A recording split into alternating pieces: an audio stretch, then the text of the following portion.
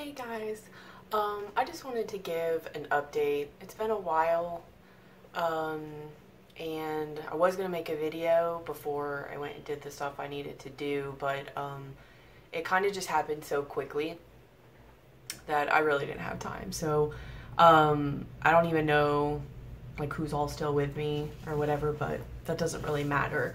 I'm gonna give kind of just a quick little update and then start doing my videos again and kind of new things I've just been guided to, basically just starting the journey again.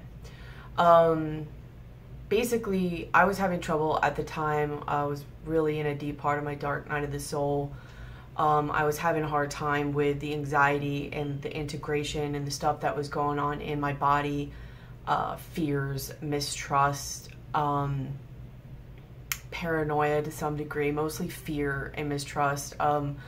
That fear of dying and the lack and the void, the loss of self, but mostly fear and just health things that I didn't know was going on. I didn't know if I needed to go on an antidepressant. I didn't know if that would help.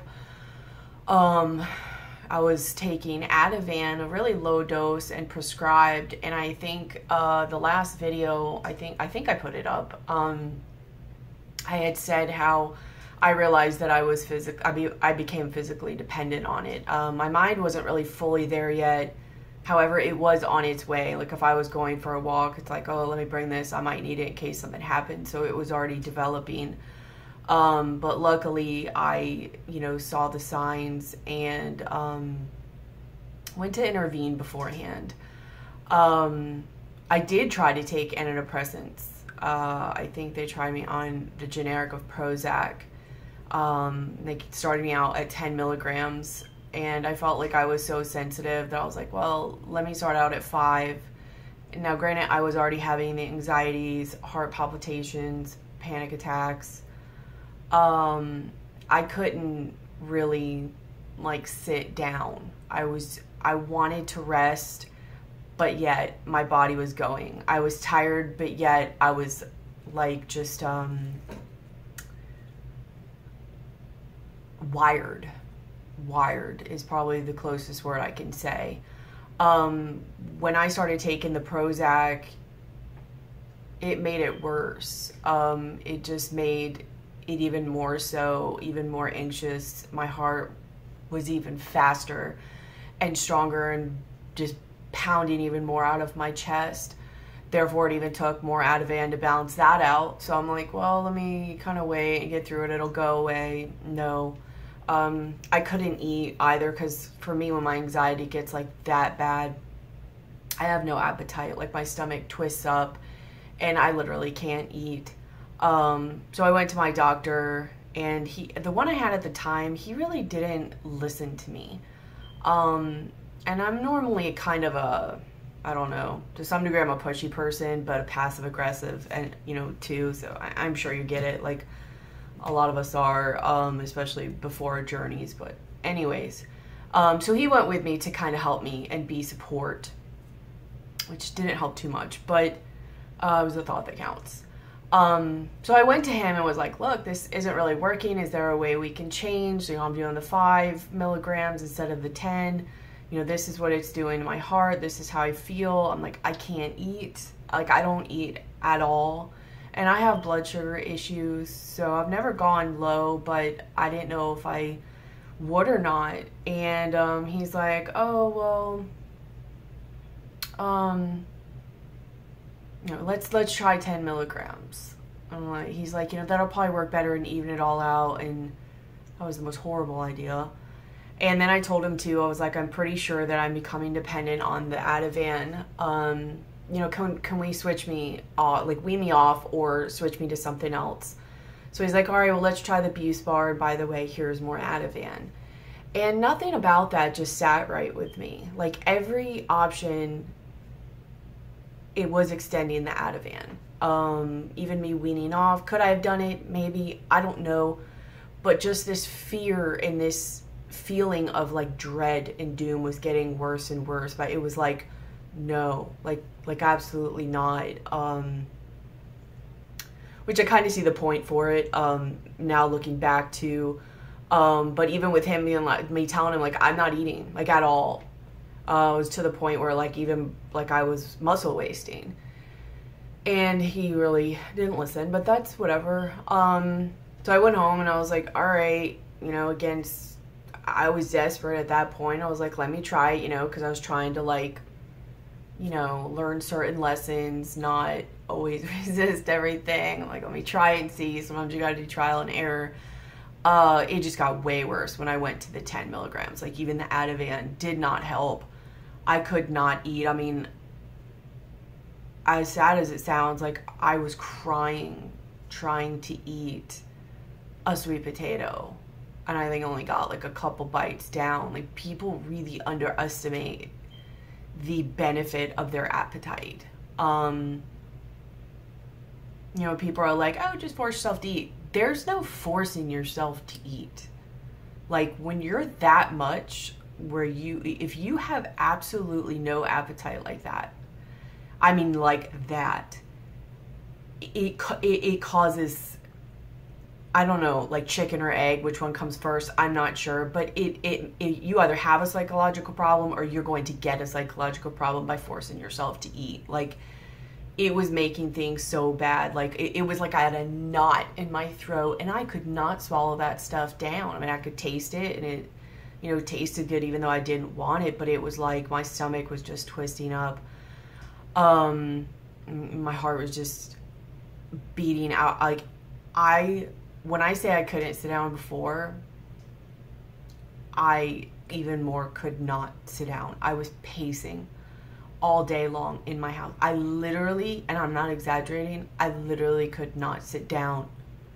I could barely go to sleep at night, and when I could, it was because of the Ativan. And I never got to a point where I overtook it, thank God, but that dread was still there. Like, even like I had it to take every 12 hours, and even after 6 hours, it was like I was like pushing myself through to get to that other 6 hours, because it was like wanting, like becoming more and more and more and more agitated, and more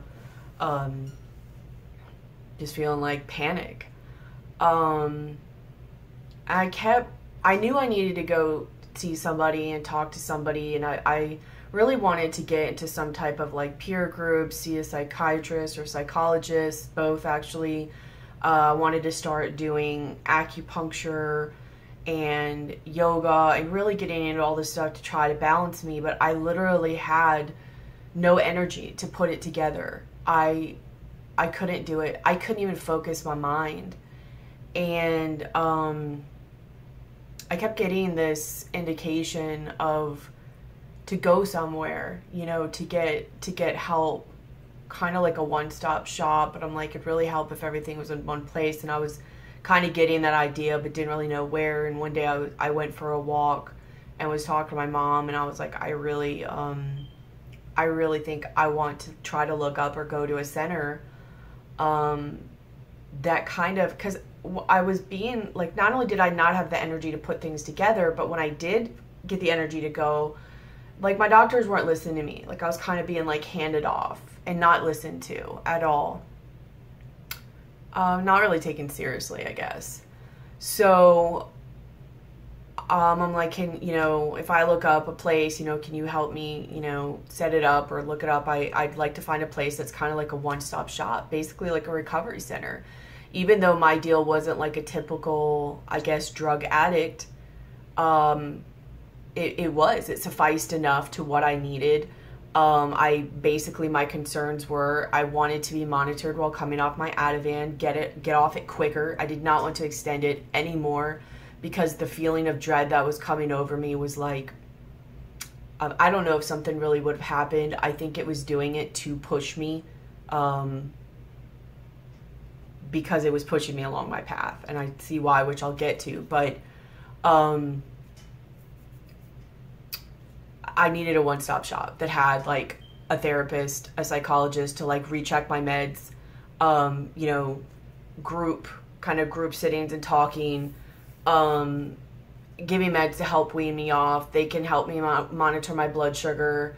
If not, they can help me or send me somewhere if it goes too low. Like, they could help me. And I really needed that. I needed that one-stop shop. So I ended up finding a place by me and had my mom call for me. And I talked to the guy. It sounded great. I was like, you know, checking my insurance, setting things up. It all worked out. I was like, where are you? It ended up being like 4 hours away from where I lived. My mom called the wrong place.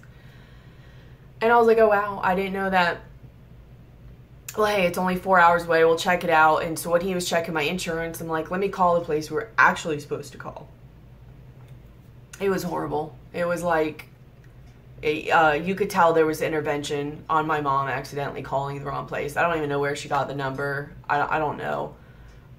She thought she was calling the one I gave her, but she didn't. And the guy I talked to was just not helpful, not good. Didn't even call me back. I mean, God help anybody who calls them, or maybe it was divine intervention, but hopefully they're not like that with anybody who's calling out, reaching for help. But, so yeah, it just all worked out completely smooth.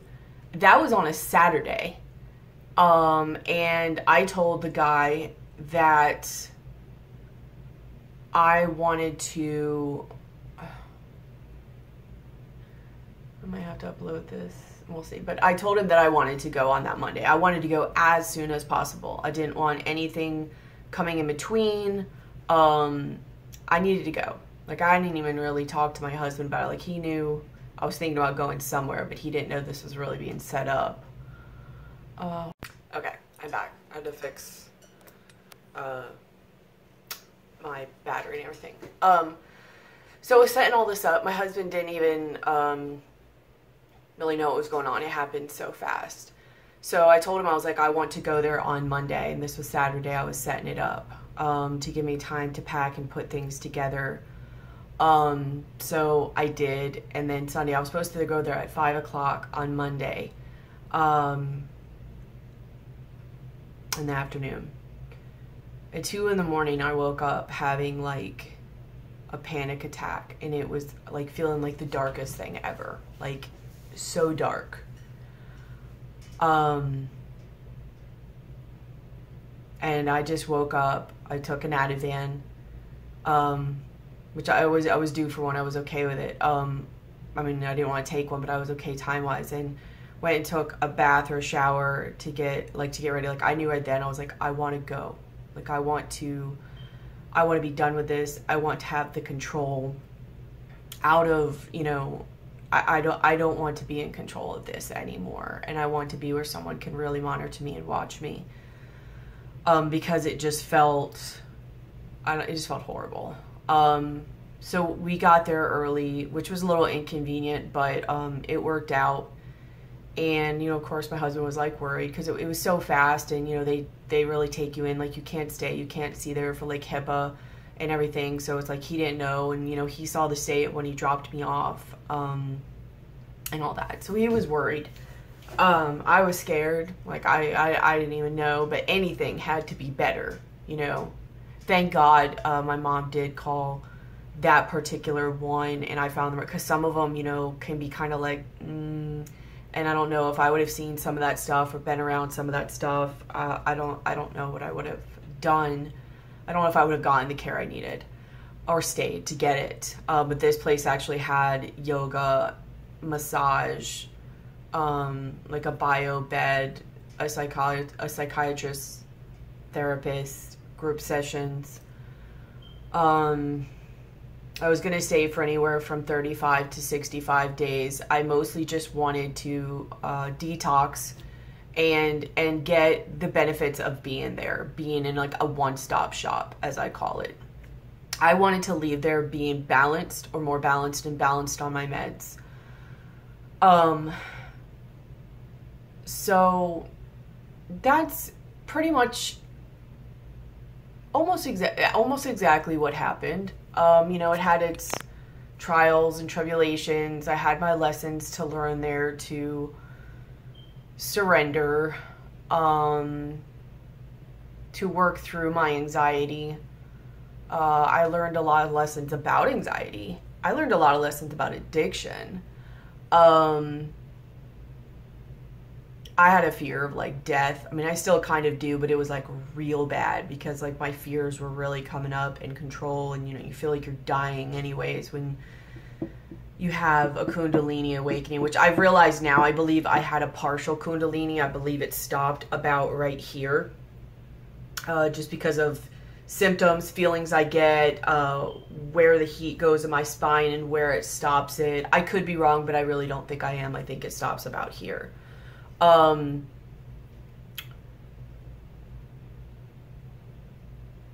so I really had to face my fear of death, you know, and I was already really anxious and scared because like everybody there constantly talks about death and how many times they've died and how many times they've been brought back and just all of that. So I was really already like really out of my element just even at my house, and then this was like even more so. But the psychologist helped but didn't really help. He actually helped in a way that he didn't listen to me about the antidepressants because I was becoming so scared. I thought for sure I needed something because my mind was so off. It wasn't just the Ativan, which I realize now how much effect that did have, but it was also that fogginess of everything, the awakening. I was lacking many nutrients. I just figured out a bunch of stuff since coming out, but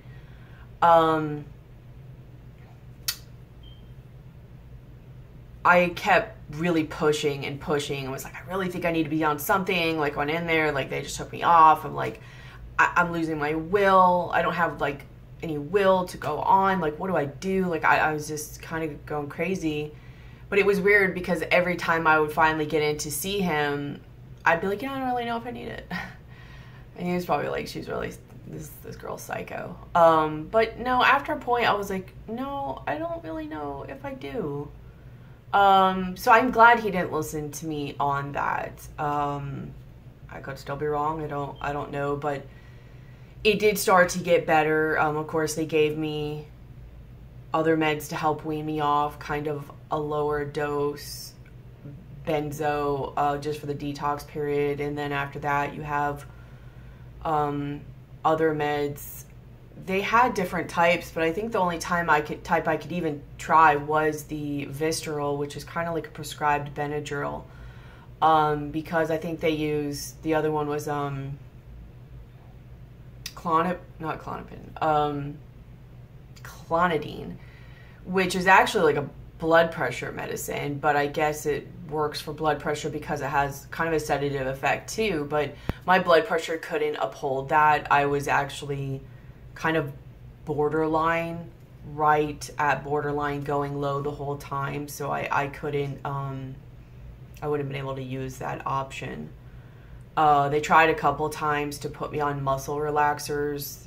That was horrible. Like, so not only was I kind of like, but then I felt drunk on top of it. So two different types they tried. I'm like, no.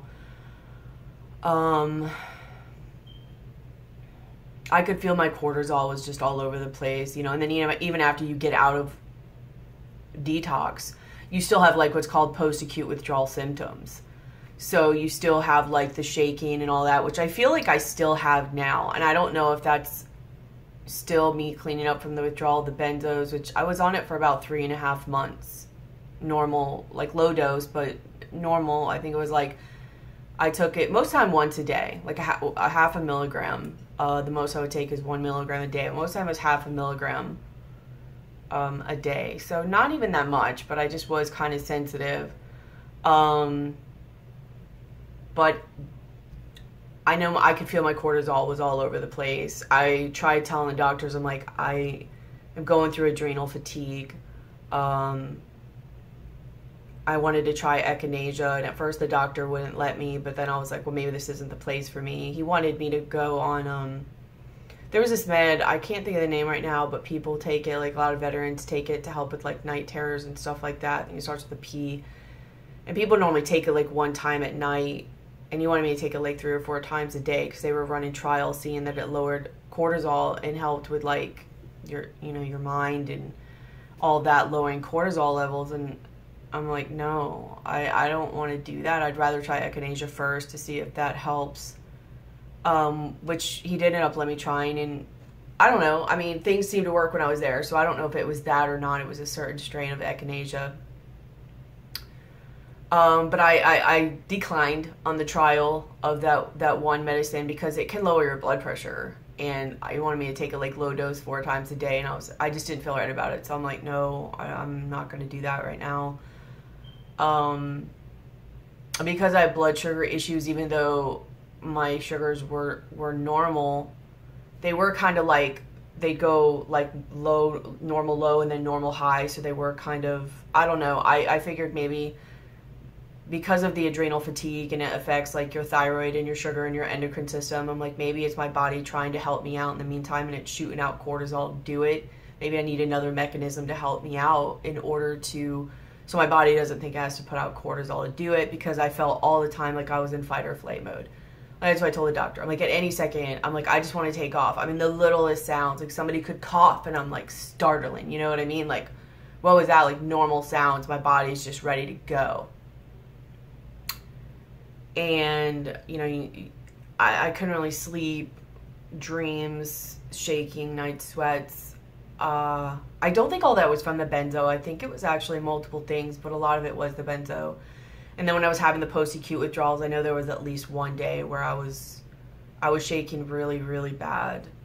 Like the worst that they said they had ever seen somebody shake, but I don't think that was from the benzo. I think that was actually because I've looked up, like, read about, like, certain things with Kundalini and stuff, and it really matches that. But it was kind of nice to be in kind of a secure place, or like a bubble, when I was going through certain things. Could I have made it home weaning off myself? I don't know. Maybe. I'm strong enough, but the fears and the not feeling protected and the not knowing and the not worrying and not having certain meds to help me out, it taught me additional lessons. It forced me to face my fears, to be around people and to be around people again, and to the fear of death, and it allowed me to talk and share and realize certain things too, and piece things together, even about anxiety and the underlying part of it, even with addiction, to where I really kind of feel that that's at least part of my soul purpose right now, and why I was supposed to go there and see things, not only for me to grow and to help me out, but why I was supposed to go there and figure things out. Because there is things that I know and I've seen that I can help. I can help them. I can help people who have addiction issues, and knowing more of what's behind it than most people who deal with addiction realize. I think I ended up staying there for like maybe 28 to 30 days. I can't remember. And that was only because my insurance cut short, and they took a while of getting back to me on whether I could stay for the same price or whether the insurance would approve to extend my stay. And I just felt like I prayed and was like, if I'm supposed to go, let me know, like, my time here is done. And everything just lined up for me to go. And so I did. Like, I even worked on lowering my visceral while I was there, because at first I was taking it like every chance I get, like 5 times a day. And that was you know, kind of weird, but I would lower it, sometimes even too much, and I had to remind myself, you know, like, okay, you know, give yourself a break.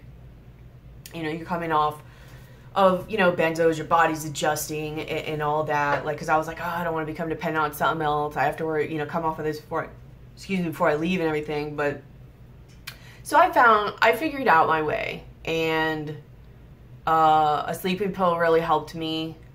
That was a big turning point for me. I think at that time I used trazodone, which not ideal, but it was the best option. There was no other option. Like, I was not sleeping, and I was getting worse fast because I was not sleeping, and my cortisol was rising even more and more. So that did start to help me and change things.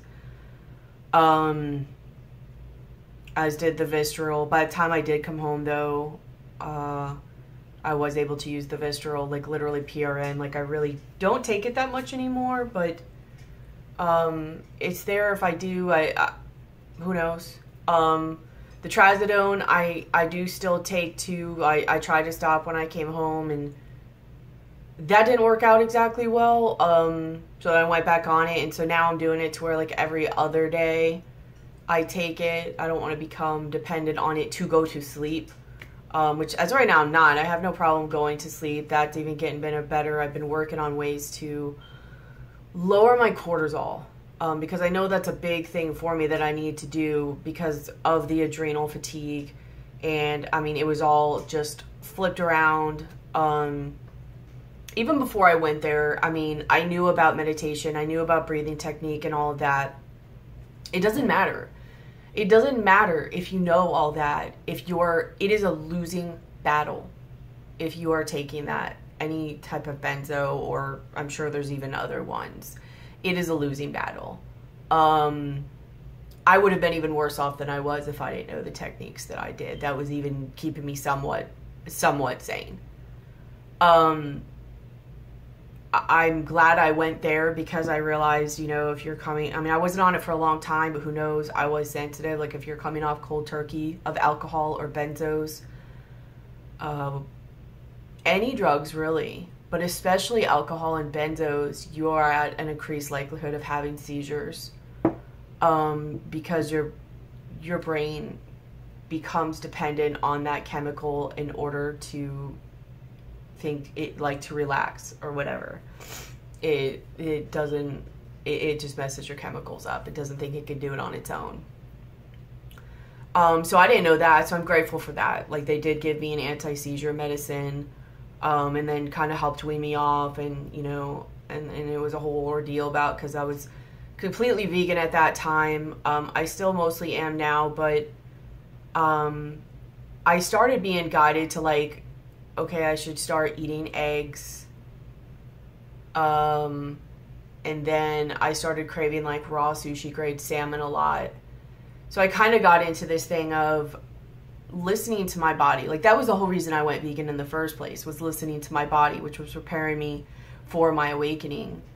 And so I'm like, there's something that my body needs and I want to listen to it. I'd rather not eat meat, but I know for one, I only had a partial Kundalini, and I just had this feeling and this intuition that my body was trying to strengthen and balance and prepare me, you know, for the other part or other parts coming. Normally when you have a Kundalini, whether it's a full or a partial, you don't just have like one bout of stuff or even like one dark night, or hopefully the one was the worst, but you know, I'm not trying to have any expectations or control it, but you go through little bouts. So I've really been led on ways that really help me and give me the tools, hopefully, for other ones that come. I really believe I'm actually going through a dark night of the soul now. I think a lot of actually divine feminines are. Which I'll probably talk more about when I do want to do a twin flame video. It's probably my first video I'm going to do. I might do it tonight. But so I am eating a very little bit of meat. Just trying to listen to my body. I don't want to eat too much, but enough to where my body, I mean, it was so bad. It was like when you have really bad adrenal fatigue, your body literally starts to eat at itself. It starts to eat at its muscles. It starts to eat at its bones and your teeth. And I noticed after a while, like, why do my teeth always feel dirty? Like, I will brush my teeth, and like not even an hour later, I will just feel like something rubbing against my top lip. And I'm like, what is the deal? This annoys me. And finally I looked in the mirror, and I literally had like craters on my two front teeth. And I noticed my teeth were becoming more sensitive too. And I'm like, oh my God, like, I don't even know like what it's done to, you know, my bones and stuff. Which I did look up stuff for adrenal fatigue. Trace minerals was one of them. I do want to do a video. I'm actually going to do an adrenal fatigue video one time on things that have helped me so far. And trace minerals has been one of them. My nails were like so weak and brittle. They were just ripped. Like they couldn't grow at all. My hair, I mean, my hair has been falling out. I think it's starting to grow back a little bit. I don't even know. But I do know, I tried the trace, I've been taking the trace minerals, and I did read that some people's, like, their nail would grow faster and their hair would grow faster. And some people do use it in their toothpaste or their mouthwash to mineralize their teeth. But I don't know, I didn't really think about it. And then I noticed after a little while, when I started looking at my nails, and my nails were growing stronger, which meant they were growing faster because they weren't breaking. And my hair was kind of getting a little bit better. I looked at my teeth and I thought about it, and I was like, wow, I haven't really had that thing in a while where I'm like, my teeth feel dirty. And I looked in the mirror, my enamel completely grew back, because my teeth were even starting to get a little bit yellow because the enamel was coming so much off that it was absorbing everything. But my enamel grew back. I don't have the craters in my teeth anymore, so that's awesome. So FYI on that with trace minerals.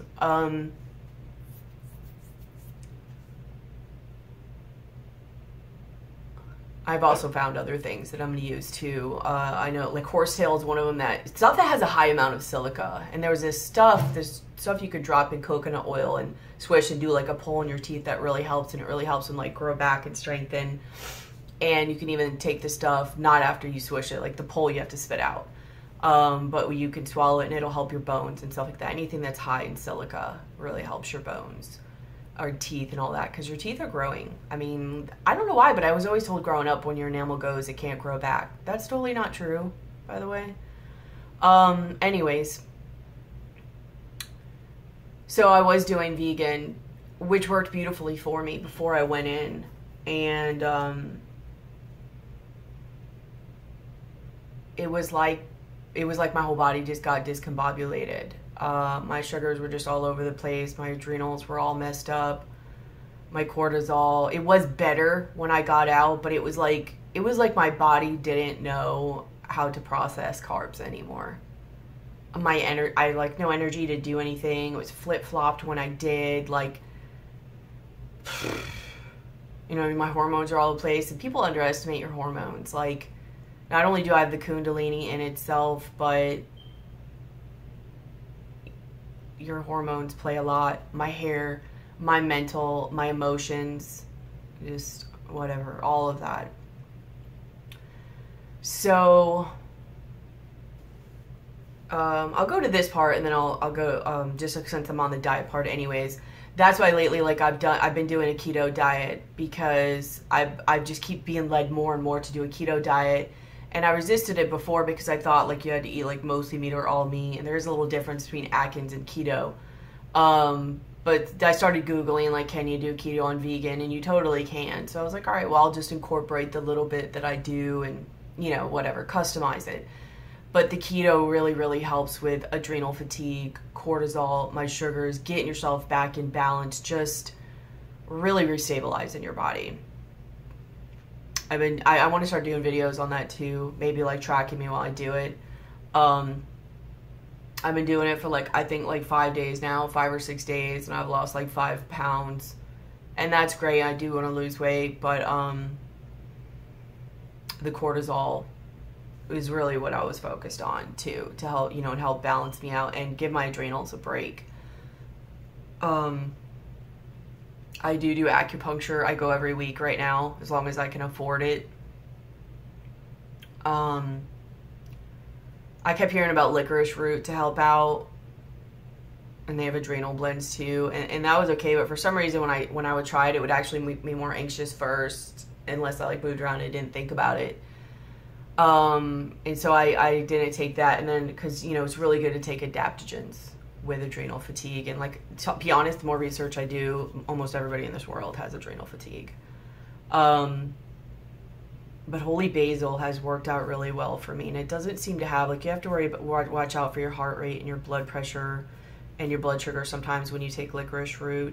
With holy basil, it helps even more stuff. It's an adaptogen, and it doesn't really seem to have as many of, like, the side effects, and it doesn't really give me that kind of anxious feeling. It just, you really feel nothing in the sense, and I don't mean nothing like that didn't work. I mean nothing in the sense that it either does slightly calm you, or it's like it evens you out. So like if you start to get stressed, it absorbs that stress, so you just stay like nice and, you know what I mean? Instead of like you rise and you have to take it and it goes back down, it's like it tends to make you where you just like this, which is nice. It helps the cortisol. And there's this other thing my acupuncturist gave me, I think it's called like Cerephos. I haven't tried that yet. Supposedly that really helps with cortisol too. Thanks to somebody who left a comment, I actually just saw it today, about like getting out of fight or flight and the breathing technique and all of that, making sure you're under doctor's care. That's pretty much everything I did was what you said. So thanks though. I appreciate it. One thing I did notice when I was in the recovery center was that I really benefited from the groups. So I knew when I got out that at the very least starting out, I still wanted to go to groups. Of course, they send you around AA, but luckily the one I tell you that I went to tells you about like NA, certain other ones.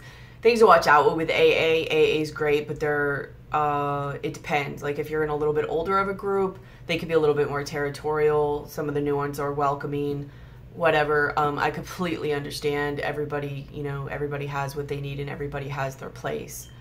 I did end up finding a home group with NA. I do have a sponsor. I haven't worked too much with her yet.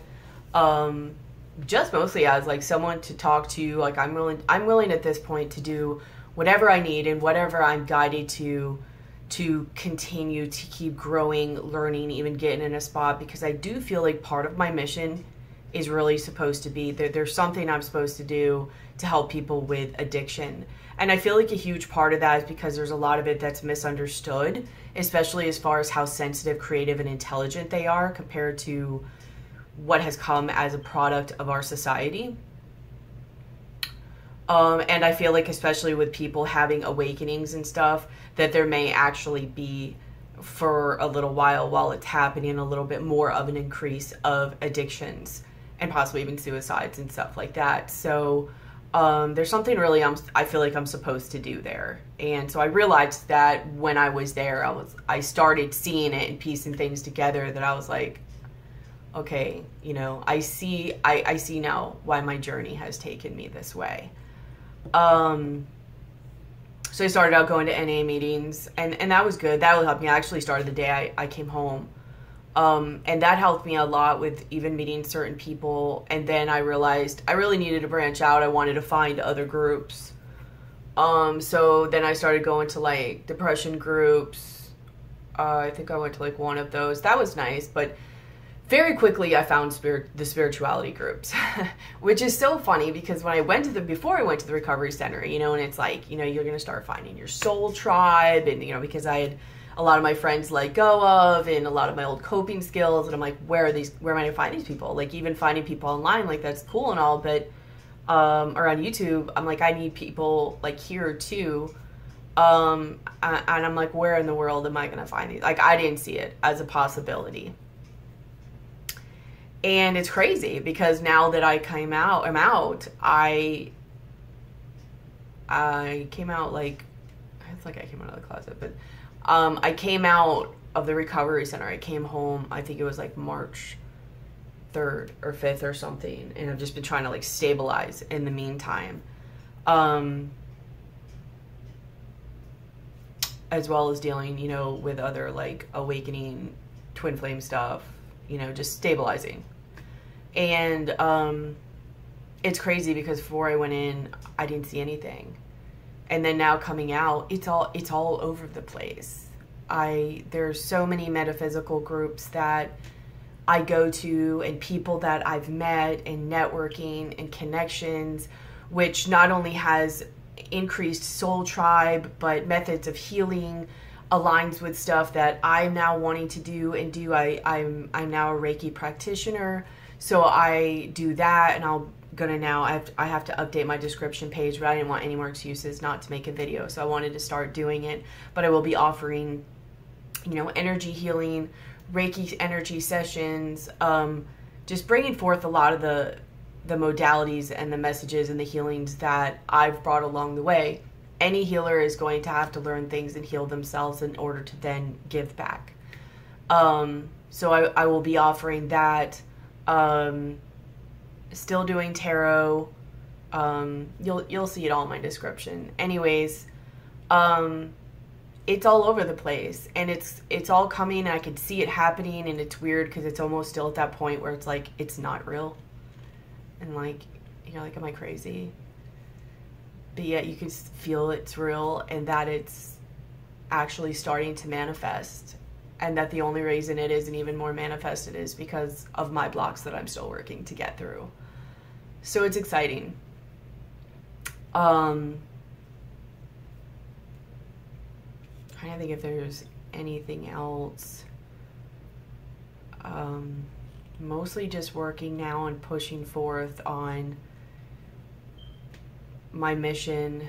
A huge part of my next phase of breaking through my blocks and my awakening is through me taking action, working on my masculine side in a balanced way. I came to the conclusion, I think, that my feminine wanted to be masculine and my masculine wanted to be feminine, if that makes sense. Like, my feminine didn't know when to sit and receive. She wanted to take action and try to control things. And my masculine didn't know when to take action in a physical way. Just wanted to sit and relax and receive. They were backwards. I don't know if that makes sense, but it's what I figured about myself. So it's slowly but surely becoming more balanced, which when you're dealing with energy work, that's kind of the way you want to go. You don't really want to just snap stuff, you know, real quick into it.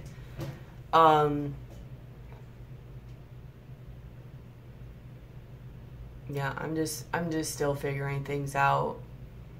So in a way, and it's like I always feel like I don't know a lot, but then when I talk to other people, I realize how much I know. I'm not saying that in a big-headed way. It's just, it's a weird feeling. But I just wanted to give you an update, and, you know, I'm sorry I haven't been able to really reach out. And I'm not even going to say that. I have been able to reach out beforehand. I didn't have time before I went. I did plan on it, but that happened real fast. I went even before I planned on going. But since then, kind of just been working through blocks and figuring things out, and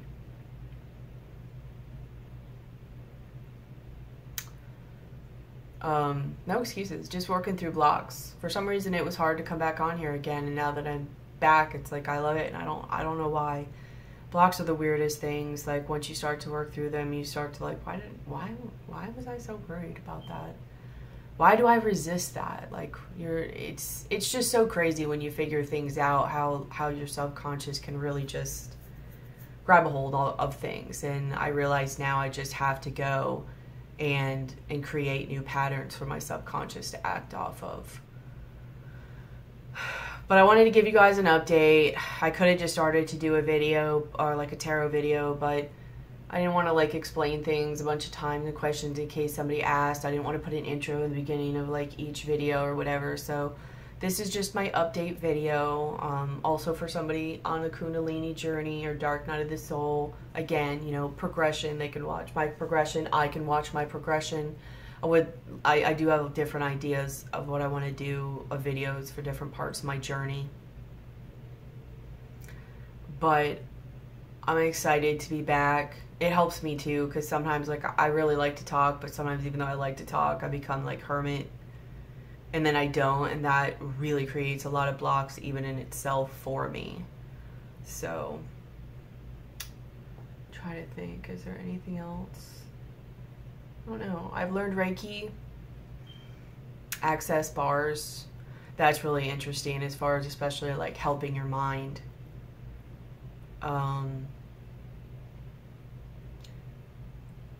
Yeah, I have a couple other ideas that I'm working on, and what I do. I'm really good at being like a medical intuitive. I've realized that.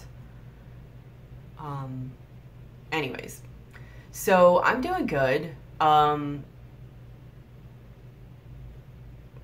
It's a journey, you know what I mean? So you have your ups and your downs. I still try. I think of another reason I waited to do the video was because I was waiting until I felt better. And that was kind of a wrong way to think about it, because for one, you're never going to feel like doing things. A lot of times, at least I don't. I mean, I do, but I don't. Hopefully you understand. I'm not going to elaborate on that. But I do know that this is part of what makes me feel better too. And is by doing things that I enjoy doing, are things that are a release for me. Vocalizing, helping others too, but vocalizing is a way of releasing energy for me. So it helps things not become quite so stagnant.